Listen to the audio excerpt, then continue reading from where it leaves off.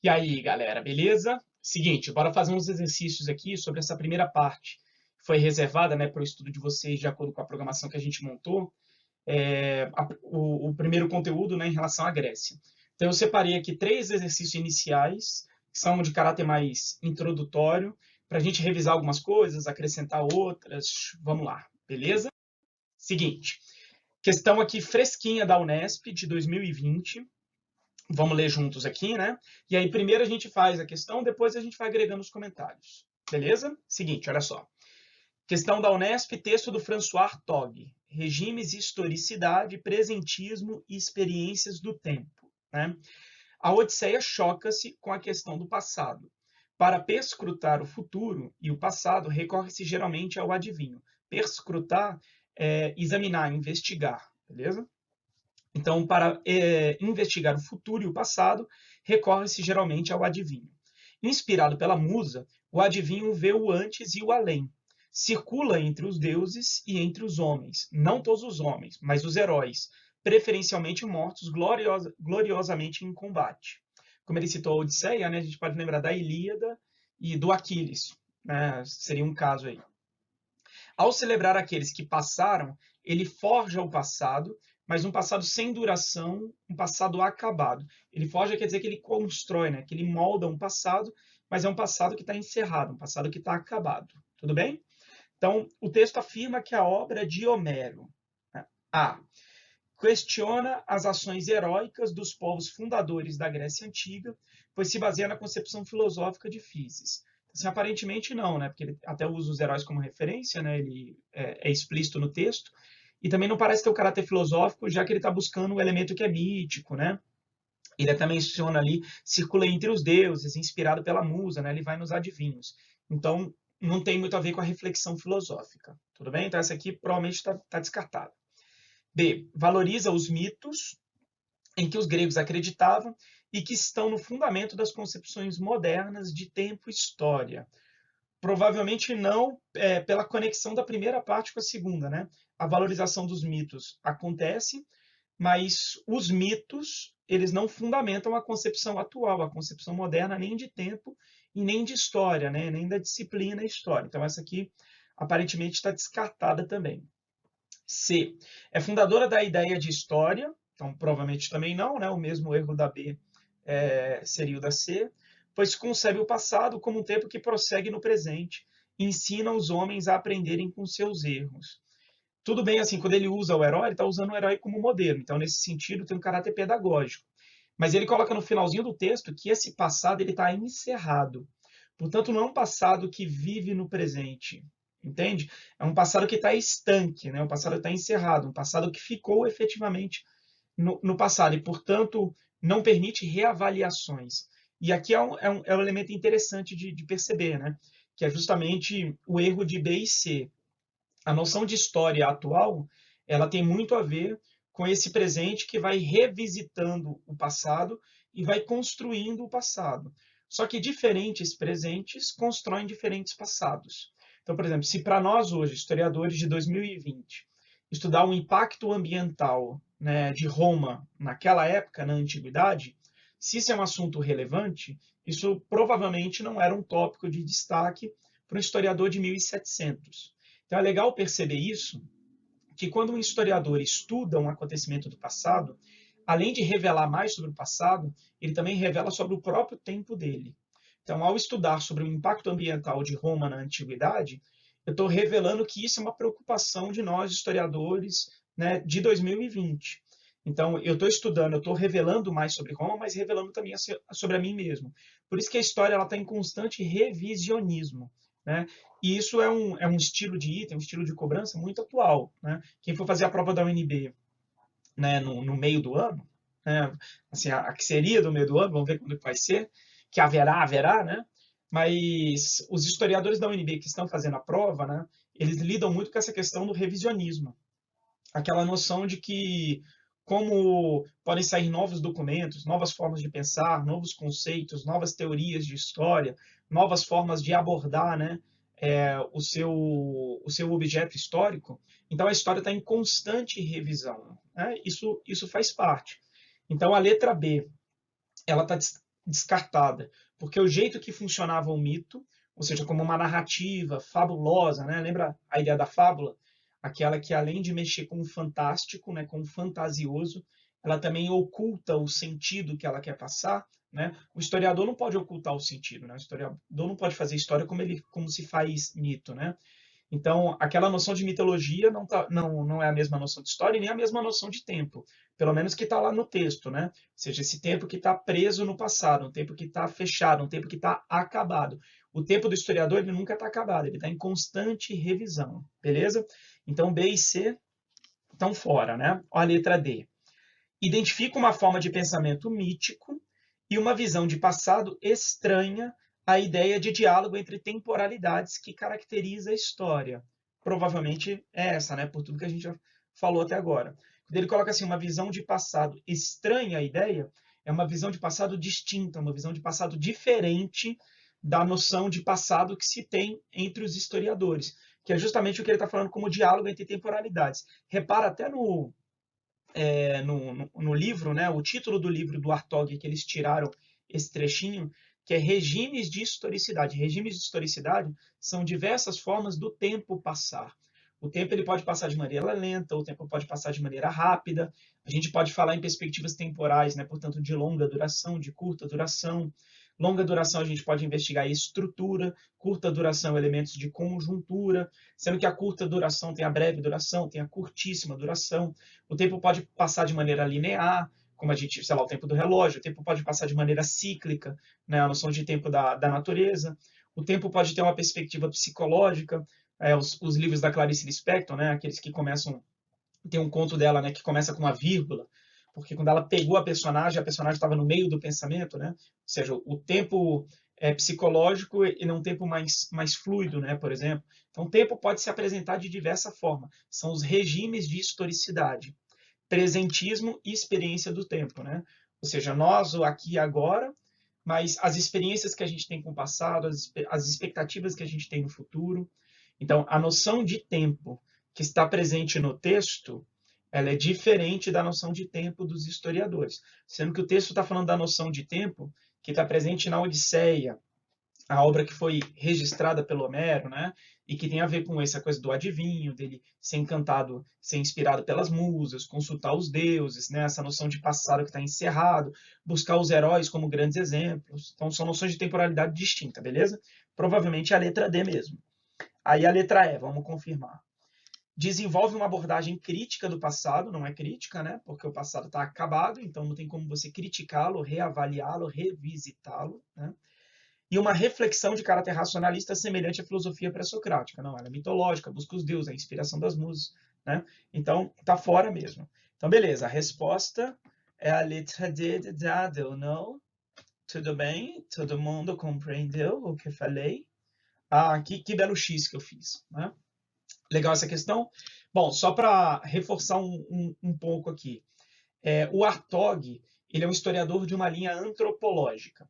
E aí o que quer dizer isso? Quer dizer que ele, através de elementos da cultura, ele estuda como que aqueles seres humanos, aquele grupo de humanos que ele está estudando no passado, entendia que era o próprio ser humano e entendia a si mesmo, nesse caso, como gregos. Então, por exemplo, ele está estudando os gregos a partir de um elemento literário, que é uma obra que foi registrada, né, no papel pelo Homero.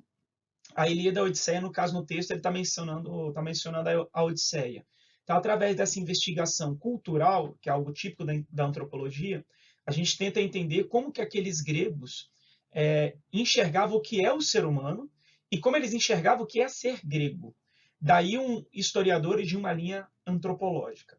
Eu não quero que você estude o Hartog, mas se tem texto dele sendo usado, é porque essa forma de se pensar ela é usada pelos examinadores que fazem provas. Então é nisso que a gente tem que ficar ligado. Ou seja, quando a gente coloca para vocês que um determinado historiador é clássico, a gente tem que prestar atenção no que foi usado nesse texto, que serviu para essa questão, mas que pode servir para outras questões. Ou, às vezes, o examinador usa uma ideia do Hartog, mesmo sem mencionar o Hartog propriamente dito, usa de maneira indireta, certo? E aí lembra que isso a gente chegou a fazer em sala.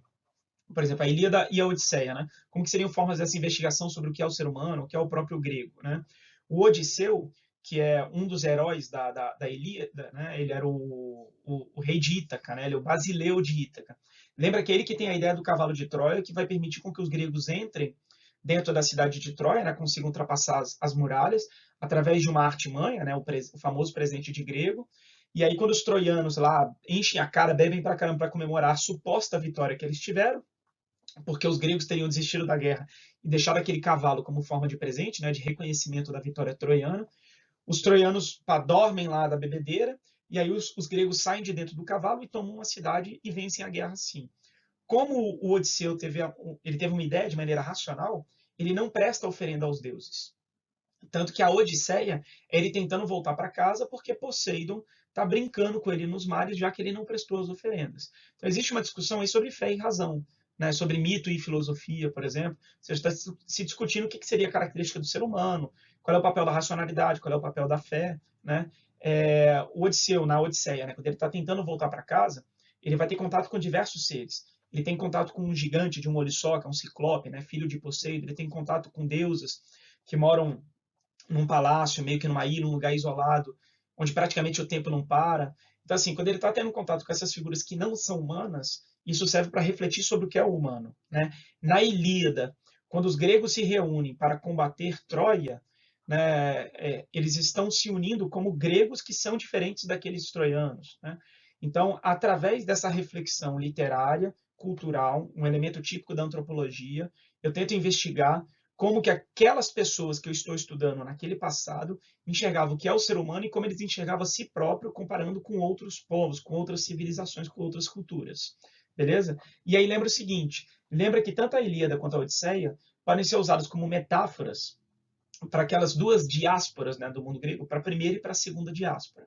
E aí eu vou segurar um pouco esse comentário, né, mas daqui a pouco eu resgato, porque aí a gente faz a segunda questão, que tem a ver com essa noção da temporalidade, né, de como era dividida a história dos gregos na antiguidade, né, o que estaria a primeira diáspora, a segunda diáspora, beleza? Então aqui, ó, bora para só. Aqui é da Albert Einstein, Medicina, 2017. Uma questão também recente, né? Então tá aí texto do Pedro Paulo Funari, Grécia e Roma. Você vê que quando tem um título que é muito genérico, Grécia e Roma, provavelmente é um livro mais para o ensino médio, um livro mais para didático. Quando você tem um título que é mais específico, provavelmente é livro de um historiador mesmo. Tudo bem, o Pedro Paulo Funari é um historiador, mas aqui é um livro didático desse historiador, e não um livro fruto da pesquisa dele, né? Já o título meio que dá uma indicada disso. Aí olha só. Por muito tempo, entre os historiadores, pensou-se que os gregos formavam um povo superior de guerreiros que, por volta de 2000 a.C., teria conquistado a Grécia, submetendo a população local. Hoje em dia, os estudiosos descartam essa hipótese, considerando que houve um movimento mais complexo. Segundo o pesquisador Moses Finley, então, assim, se está sendo citado historiador, é porque o que ele vai dizer serve para resolver não só essa questão, como para a gente guardar esse conhecimento e ficar na cabeça para outras questões. A mesma coisa que eu falei com o Artog na primeira questão, beleza? Então, olha só. Segundo esse pesquisador Finley, a chegada dos gregos significou a introdução de um elemento novo que se misturou com seus predecessores para criar lentamente uma nova civilização e estendê-la como e por onde puderam. Ou seja, o processo ali de formação dos gregos não se deu com um povo superior a outros, que chega e conquista de uma vez e aí tá formado os gregos. Não, na verdade é um processo que é lento, né? Como tudo que acontece na história em geral, né? Você tem um processo, quer dizer, uma sequência de fatos que conduz a um determinado resultado. Então, na verdade, são povos que vão vindo de uma outra região, que vão povoando ali a Península Balcânica. Essa Península Balcânica já tinha povos originários, né, que já estavam ali há algum tempo. Eles vão se misturando e vão formando o que a gente conhece como gregos. Isso começou por volta lá do ano 2000, ou seja, século 21, século 20 antes de Cristo, certo? Então, vamos fazer a questão aqui, depois a gente faz comentários além, né? Segundo o texto, a formação da Grécia Antiga ocorreu A. de forma negociada.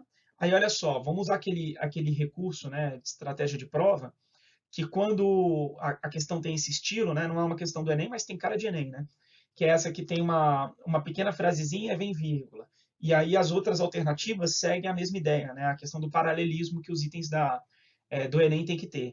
Então, de forma negociada, vírgula. Vamos ler a B, C e D para ver se a gente já descarta uma delas, né? Pensando na estratégia de prova. Então, assim, foi de forma negociada. ele não diz no texto a estratégia, né? Então, assim, pode ser que não seja algo absurdo, imaginar que foi de forma negociada, até poderia ser, mas o texto não permite que a gente entenda isso, né? Se a gente achar que foi de forma negociada, a gente está extrapolando o texto, a gente está indo além dele, beleza? Então, provavelmente não é essa.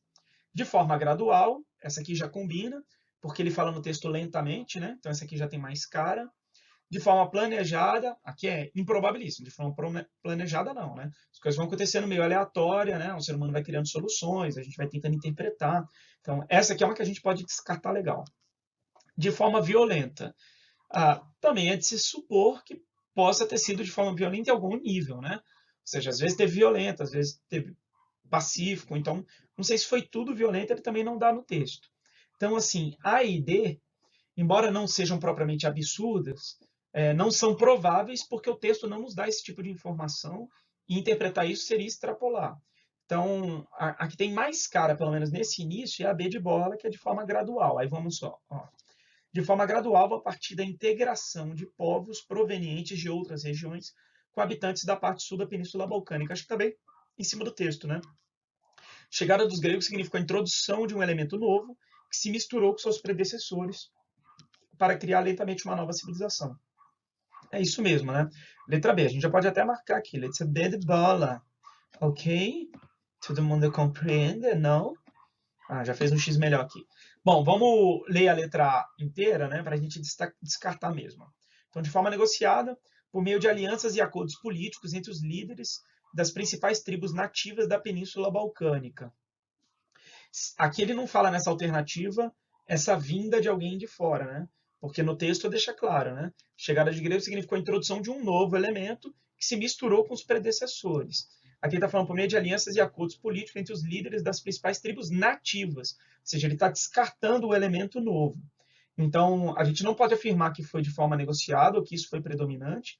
E aqui na questão ele está descartando esse novo elemento. Então, essa está fora mesmo. A C. De forma planejada, essa está descartada desde o início, mas vamos ler o resto. Pela expansão militar dos povos nativos. Não é expansão militar dos povos nativos. É uma expansão de povos que vêm de outras regiões para a Península Balcânica. Né? A gente aplicou isso na A, beleza, já falamos, essa está descartada desde sempre. D. De forma violenta, com a submissão dos habitantes originais da Península Balcânica a conquistadores recém-chegados do norte. Também não dá para garantir nem a violência nem a submissão. Houve uma mistura, ele não diz em que nível ou como foi. Então, letra B de bola mesmo, certo? Bom, vamos relembrar a periodicidade dos gregos, e só para a gente lembrar, pelo menos assim, de maneira geral, algo que aconteceu em cada momento, né, dessa periodização. Isso a gente conseguiu fazer em sala, então, rapidamente mesmo. A história dos gregos ela vai do século 20, 21 a.C. até o século 2 a.C. No século 20 e 21, por volta ali de 2000 anos antes de Cristo ou 1900, vão chegar na Península Balcânica, principalmente no sul da Península Balcânica, aqueles povos de origem indo-europeia, povos ali da Eurásia, né, entre Europa e Ásia. Então, aqui, chegam primeiro aqueles óleos não, né, eólios, chegam óleos, né, não, eólios, jônios e aqueus. Os dórios vão chegar depois. E aí tem a ver com, eles vão interagir de forma violenta, pacífica, com acordos, tarará, de diversas formas com povos que já estavam ali no sul da Península Balcânica, e essa mistura ao longo do tempo vai levar os gregos. Beleza. Esse primeiro período vai ser o período chamado de pré-homérico. Ele vai do 20 até o 12. E o período pré-homérico é o da civilização creto-micênica, sociedades palacianas. Beleza. No século 12, esse mundo vai passar por uma crise, sendo que não há um consenso entre os historiadores qual foi a motivação dessa crise. Mas o que se tem, geralmente, e o que se leva para o ensino médio, é que a chegada de um quarto povo, além dos eólios, jônios e aqueus, que são os dórios, desestabilizou a sociedade palaciana, e aí vai formar o mundo gentílico, né? A sociedade gentílica dos guenos. Então, sai do período pré-homérico e vai para o período homérico.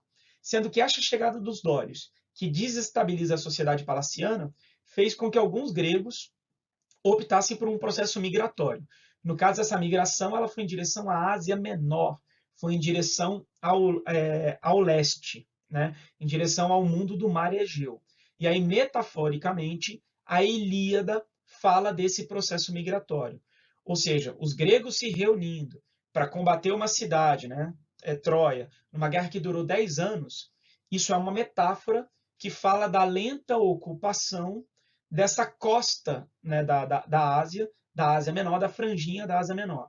E ali vão surgir várias cidades gregas importantes, né? Samos é dali, Mileto é dali, né? Mileto é a cidade do Tales, né? Onde surge a filosofia. Samos é a cidade do Pitágoras. Tem várias cidades importantes que vão surgir nessa costa, né, da Ásia Menor, beleza? Metaforicamente, a Ilíada fala dessa migração. E aí, do século XII até o século VIII é o período homérico. No século VIII, a sociedade gentílica, a sociedade dos guenos, vai entrar numa crise. E aí vai ter uma nova mudança, uma nova transição. A sociedade gentílica é uma sociedade rural, agrária, né? Aldeias agropastoris. E aí teve um crescimento demográfico e a produção de alimentos, a produção econômica não conseguiu acompanhar o crescimento demográfico. E aí nessa nova crise vai ter uma segunda diáspora. Só que essa diáspora agora ela vai para o oeste, ela vai para o Mediterrâneo, ela vai para o sul da Península Itálica, para Sicília, para Córcega, para partezinhas do sul, onde é a França hoje, para pequenas áreas da Península Ibérica, né? E aí agora, com essa migração, você tem a Magna Grécia, a Grande Grécia. Então, quando se pensar na Grécia na antiguidade, não se pensa só no sul da Península Balcânica. Se pensa também nessa parte da Ásia Menor e nessa parte banhada pelo Mediterrâneo, sul da Península Itálica, Sicília, Córcega, partes da atual França, partes da Península Ibérica. Beleza? Colonização. Até no norte da África teve colônia grega, inclusive. Isso é a Magna Grécia, a Grande Grécia. Né? Metaforicamente, a Odisseia, que é a volta de Odisseu para a casa da Guerra de Troia, portanto, é indo para o ocidente, é indo para o oeste, seria metaforicamente a segunda diáspora. Beleza? Bom, agora a gente entra no período arcaico. O período arcaico é o período do desenvolvimento das cidades-estados. Vai do século VIII até o século VI. No século VI até o século IV é o período clássico, é o ápice das cidades-estados. É quando os gregos reunidos, unidos, vão ganhar aquela famosa guerra dos persas, as guerras medas. E aí o mundo grego vai chegar no seu melhor momento, com destaque para Atenas. E aqui é uma coisa importante, que a gente pode usar até a informação do primeiro texto. Por que destaque para Atenas? Porque como nós hoje, né, o mundo ocidental, ele é um mundo liberal democrático, a gente tende a admirar aquela cidade grega que, na época, desenvolveu a democracia, mesmo que diferente da nossa. Ou seja, se nós fôssemos hoje, né, um mundo mais militarista, provavelmente a gente teria um olhar mais admirado para Esparta. Mas, como o nosso ideal é um ideal democrático, a gente tem uma conexão maior com o mundo ateniense. Então tem a ver com essa coisa de diferentes formas de historicidade. Né? Dependendo do seu presente, você olha para o seu passado de maneira X ou Y. Né? Um exemplo do que a gente estava conversando antes. Então, o século V vai ser o século de auge do mundo grego, de Atenas em especial. Só que aí as cidades gregas começam a ter disputas entre si, Guerra do Peloponeso, né, a mais famosa, entre Atenas e Esparta. Depois vai ter guerra entre Esparta e Tebas. Tebas vai passar a ser a principal cidade, depois entre Tebas e Corinto. E aí o mundo grego vai se enfraquecendo e agora vai permitir que uma potência estrangeira conquiste os gregos, domine os gregos, que são os macedônicos, com destaque para Alexandre o Grande. Aí vem o período helenístico de 4 a 2. A cultura helenística é aquela cultura fruto da fusão, né, da mistura, do amálgama entre a cultura ocidental, representada pelos gregos, com as várias culturas orientais que o Império Macedônico vai trazer. No século II, macedônicos e gregos e todo o resto vão ser engolidos pelos romanos. É o fim da história dos gregos como a gente conhece, como a gente estuda. Beleza, vocês? Então, periodicidade, né? Que a gente aí aproveita essa questão aqui. Certo, vamos para a próxima e a gente fechar aí agora uma questão mais clássica, mais direta, justamente com esses elementos da periodicidade que a gente comentou agora. Então, só, uma questão da PUC do Rio Grande do Sul, 2018, então, questão relativamente nova também. O processo de colonização e emigração de populações gregas das cidades-estados para as colônias no Mediterrâneo estabeleceu novas relações político-sociais e ocasionou grandes transformações econômicas. Né? Essa primeira parte do texto aqui, ó, como a gente já viu que as alternativas têm a ver com o período clássico, arcaico, helenístico, micênico, então quando ele está falando, né, que é migração e é no Mediterrâneo, Então, a gente tem que pensar primeira ou segunda diáspora. Primeira diáspora é para a Ásia Menor, Mar Egeu. Segunda diáspora, para o oeste, Mar Mediterrâneo, e aí sul da Península Itálica, blá, blá, blá, blá, blá, blá. Portanto, se a segunda diáspora é o fim do período homérico e o início do período arcaico. Então, a resposta está aqui, letra B de bola. Sim? Questão mais clássica, usando a localização, a periodização. Tudo bem? Mas vamos ler o resto do texto e ver o que a gente poderia tirar mais daí. Isso vai ocasionar grandes transformações econômicas, tais como o desenvolvimento da construção naval e o crescimento da produção de manufaturas e do comércio marítimo. Em decorrência dessas mudanças na sociedade grega, os armadores, os comerciantes e os artesãos ganharam importância social.